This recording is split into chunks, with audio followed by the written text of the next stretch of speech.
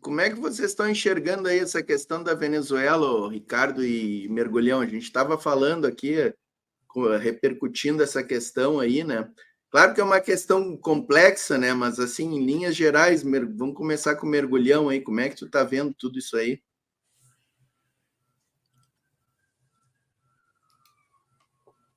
Eu acho que colocando assim, em linguagem telegráfica, primeiro que é um assunto de importância mundial e tem a ver com essa questão da multipolaridade. É por isso que a extrema-direita investe tanto contra a Venezuela. Então, o primeiro ponto. O segundo ponto é que também tem uma discussão muito clara em relação a isso, que são os caminhos da esquerda, né? A gente descobriu, aliás, a gente conhece, mas a gente, em momentos como esse, vem à tona os limites da chamada esquerda liberal. Infelizmente, a esquerda liberal é hegemônica aqui no Brasil, né? Basta a luta de classes acirrar de uma forma forte e tal, em termos internacionais, para essa esquerda mostrar que não tem nenhuma pretensão de discutir superação do capitalismo, uma outra forma de democracia que não seja burguesa liberal, né?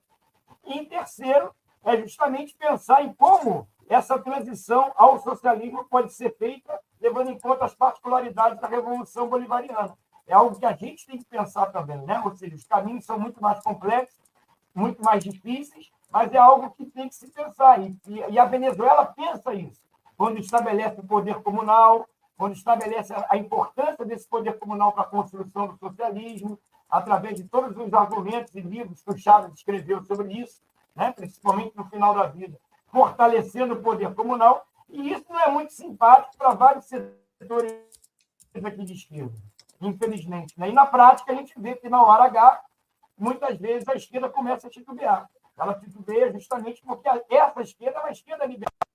Ela não tem um projeto de socialista, de superação e de conquista de poder. Ela quer, no máximo, chegar ao governo e fazer algumas políticas públicas de compensação com o capital, na minha opinião. Só que a gente tem que avaliar a correlação de forças. A correlação que a gente tem é uma correlação muito difícil, de dificuldades da esquerda estar presente no movimento social por uma série de coisas, pela crise que ela vive, pelas mudanças do mundo do trabalho. Eu fico muito assim, não receio, mas eu fico muito pensativo ao criticar as propostas, o Lula, porque a gente sabe que se não fosse o Lula, não é só a frente ampla, se não fosse o Lula, a gente não teria vitória eleitoral. O Lula foi fundamental. Então, eu entendo muito essa questão do Lula mediando as questões, dando um passo de cada vez, porque a pressão que ele sofre é muito grande, e nós não temos a correlação de forças que tínhamos no governo anterior e não temos nem o movimento de massa que nós tínhamos antes. Não temos nem capacidade de organização que tínhamos antes. Então, eu entendo o Lula ter essa postura que, por vezes, pode ser excessivamente conciliatória, né, que não pode não ser tão firme, mas é em função da composição do governo, em função da realidade que a gente vive. É isso. Não é fácil. A gente estava comentando aqui com o Farinazzo exatamente isso. Acho que está todo mundo na mesma linha aí, né? De que o caminho, o Lula não está num terreno fácil de caminhar, né? O Mergulhão não é tão simples como o pessoal às vezes, né? Fala assim, faz umas análises muito rasas e muito simplistas, né? Da questão, né? Mas é isso, boa análise. Em 2 minutos aqui o Mergulhão matou a pau. Ó. Nada como o cara ter estudo na matéria, né? Ô, Ricardo, e aí, como é que tu tá vendo esse imbróglio venezuelano aí? Hein? Olha, não divirjo quase nada do que o Mergulhão falou, porque, na realidade, eu acho que a gente tem que recuperar aí esses processos que ocorrem na América Latina há muito tempo, né? E o que tem por trás, principalmente a mão do império em relação a desestabilizar governos, matar da América Latina, aqueles que não concordam com a leitura, com o que dita o imperialismo, são sempre inimigos, né? Eles têm as leis extraterritoriais, e Cuba que eu diga, né? 65 anos de revolução, são 63 anos de bloqueio. 80% da população cubana que vive hoje nos seus 11 milhões, quase 12 milhões de habitantes, estão sob a égide do bloqueio 80%, né? Ou seja, só 20% que não sofreu o bloqueio, mas sofreu uma ditadura sanguinária do Fulgêncio Batista, que era também mantido pelo imperialismo.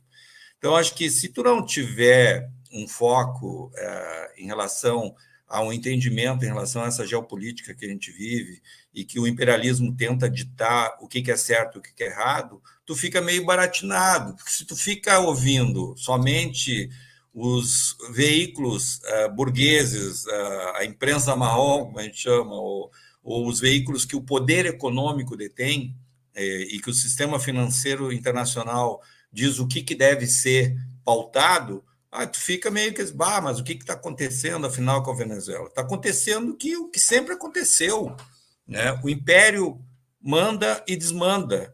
Até o advento da vitória do comandante Chávez, a Venezuela era uma pocilga dos Estados Unidos, onde recebia o petróleo praticamente de graça. Quando o Chávez recebe e vence as eleições, e depois tentam dar um golpe nele, deram um golpe, ficou 2 dias fora do poder, ele entra para a OPEP e faz com que o preço do petróleo seja o preço internacional. Para os Estados Unidos, que é uma população de 320 milhões de habitantes, no entanto, consome 20% da energia gerada no planeta. É um consumo desenfreado através dos seus veículos, através do aquecimento das suas casas, mas mesmo assim é um império que está em derrocada. Então, acho que Venezuela hoje é um marco na política mundial. Nós aqui, só para deixar bem claro, a gente sempre quando coloca a Associação Cultural San Martín, eu acho que todas as associações que nós temos no país, nós temos vários organismos de solidariedade com Cuba, nós não somos um fã-clube de Cuba. A gente sabe que Cuba tem seus problemas, né, tem problemas dentro do próprio governo, alguns problemas que ocorreram ao longo da Revolução, mas que não invalidam todo o processo que foi construído até agora. Assim como na Venezuela.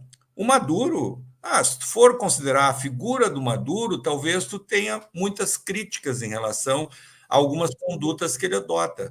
Mas, no entanto, não é o Maduro que está em jogo. O que está em jogo é a hegemonia na América Latina. Qual é a hegemonia que nós queremos? Do socialismo? Do capitalismo?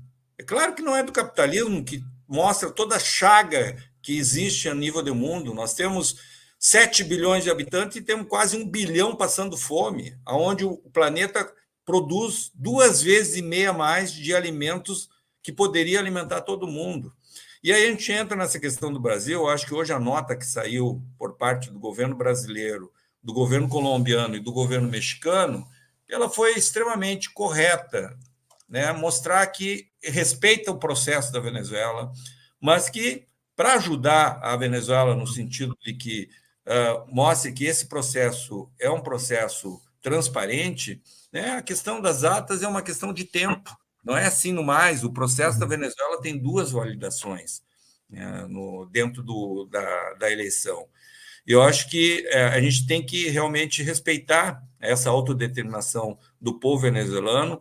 A extrema-direita da Venezuela é tão podre quanto a extrema-direita do Brasil. A elite brasileira é uma das mais podres do mundo, que só quer saber de se locupletar com recursos públicos. Eles têm o Bolsa Empresário, que custa para o povo brasileiro em torno de 700 bilhões por ano, sendo que isso tudo junto não chega os orçamentos do sistema de saúde, da educação, da ciência e tecnologia, do Bolsa Família. Então, nós temos que desvendar e desmascarar essa elite podre que existe na América Latina, em especial a dos Estados Unidos, que é o império que comanda as elites subalternas, né, da Venezuela e do Brasil. Isso aí, perfeito. Professor, gente, quer responder essa pergunta aqui que entrou, professor, o comandante? Eu vou falar, eu tenho umas coisas importantes aqui que eu preciso colocar, gente. Nós temos que... Eu vou responder a pergunta, mas olha, o que a gente precisa começar a olhar é que a gente está caminhando para uma coisa que está ficando cada vez mais claro que não é uma luta entre países, é uma luta de classes mesmo. elites locais contra o resto da sociedade. Nunca se viu uma concentração de riqueza tão grande na história da humanidade. O neoliberalismo ele produziu uma concentração de riqueza absurda, é simplesmente absurda, porque a pobreza ela não está aumentando só no Brasil. Os Estados Unidos são milhares de sem teto, milhares. Eu estava fazendo a live hoje, só falava, mas você acha que tem tanto sem teto nos Estados Unidos? Eu falei, meu amigo, um país que gasta $1 trilhão por ano com armas, não vai cuidar dos seus hipossuficientes. Essa é que é a verdade. Então, a luta que nós estamos travando já não é uma luta entre países, não, gente. Porque vocês querem olhar uma coisa? Pode olhar, as elites do Oriente Médio, dos países árabes, estão apoiando Israel.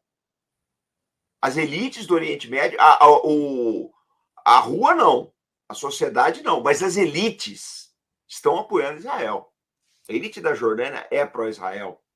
A elite saudita é pró-Israel. A elite de uma série de países aí é pró-Israel.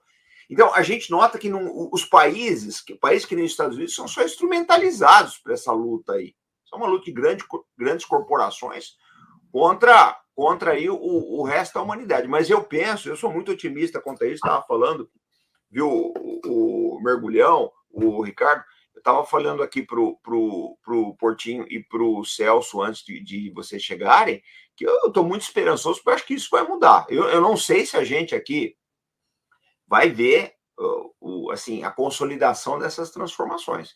Mas eu acho que a roda da história ela não vai dar marcha ré. Eu acho que tudo que aconteceu a partir de 24 de fevereiro de 2022, eu acho que isso não tem mais volta. Eu acho que essas transformações elas vão vir. Agora, é lógico, né? A América Latina, pelo que a gente está vendo, dada a pressão que estão fazendo em cima da Venezuela, não vai ser fácil o que vem por aí. Não vai ser fácil. E o Trump? Presidente Lula... vai piorar. Vai piorar. Aliás, é a discussão que eu tenho sempre com o Rui Costa Pimenta. A gente faz um vídeo, um programa toda segunda-feira, meio-dia, né? E é a discussão que eu sempre tenho com o Rui, que ele não acredita ainda que o Trump vai ser pior. Eu acho que o Trump vai ser muito pior para a América Latina, cara, porque ele vai acentuar a polarização, eu não tenho dúvida disso. Mas, gente, eu vou fazer o seguinte, eu vou responder essa pergunta aqui e vou pedir licença para vocês para eu poder ir jantar. E eu queria dizer... mas eu queria fazer um convite, tá?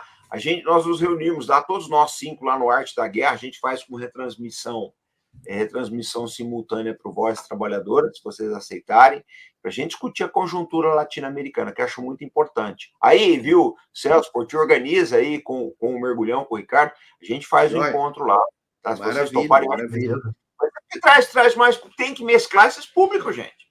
Claro. Tem que trazer, tem que falar para todo mundo. Porque muita gente quer ouvir essa e não sabe que o programa existe, não sabe que vocês estão falando aí, é muito importante tudo isso. Então, eu vou responder essa pergunta aqui, vou fazer meus pedidos, vocês cumprimentem depois o embaixador por mim, aí não deu para explicar, estou morrendo de fome. Mas deixa eu falar aqui para vocês. Será que acredita que o povo brasileiro está tão preocupado com a direita estadunidense como a mídia ruim e tradicional? Não, eu não acho.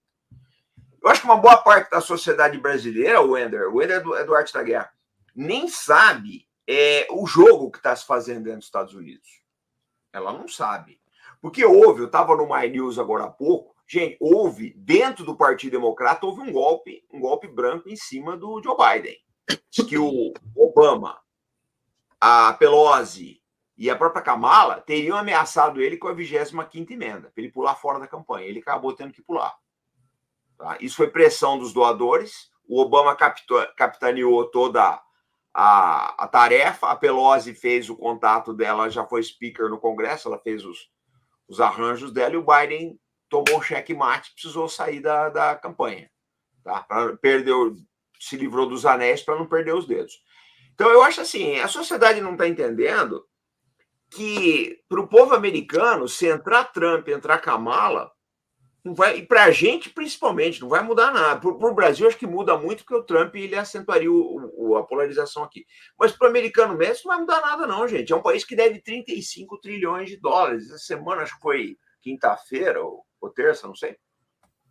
A dívida americana, foi acho, terça-feira da semana, a dívida americana chegou em 35 trilhões de dólares. Você pode colocar quem você quiser lá, coloca a Kamala, ressuscita o Kennedy, faz o que você quiser, não tem como resolver isso daí. Né?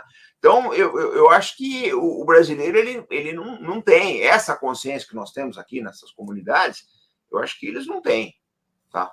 Na minha cabeça, o Wender, que o pessoal não sabe. Agora, eu acho que se o Trump dobrar o mandato, se ele voltar, vai ser muito ruim para o Brasil e a América Latina. Muito ruim. Então, eu vou agradecer aí. Lina, tudo bom? A Lina está chegando agora. Chegando a nossa camarada Lina Noronha aí, ó. Lina, eu estava falando para o pessoal aqui. Opa, chegou todo mundo. Aqui também chegando. Tudo bom? Como é que está o senhor? Tudo bem? Vamos fazer. Eu estou desde as 8, das 7 e pouco fazendo live aqui, eu preciso dar uma parada. Mas eu queria deixar, tá? Aí o Celso, o Portinho, para organizar a gente fazer um encontro desse lá no Arte da Guerra, se vocês toparem. Maravilha. Tá bom? Então, gente.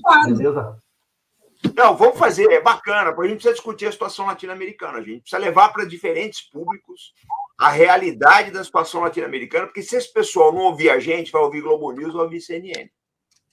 Então, ou a gente fala para essa turma aí, ou o outro lado vai falar. Então, um grande beijo para todos vocês aí. Tá? Boa janta, professor. Obrigado. Organiza lá, tá? Celso, Portinho, organiza, a gente faz lá. Maravilha. Obrigado, gente. Boa noite a vocês. Tchau, tchau. Boa noite.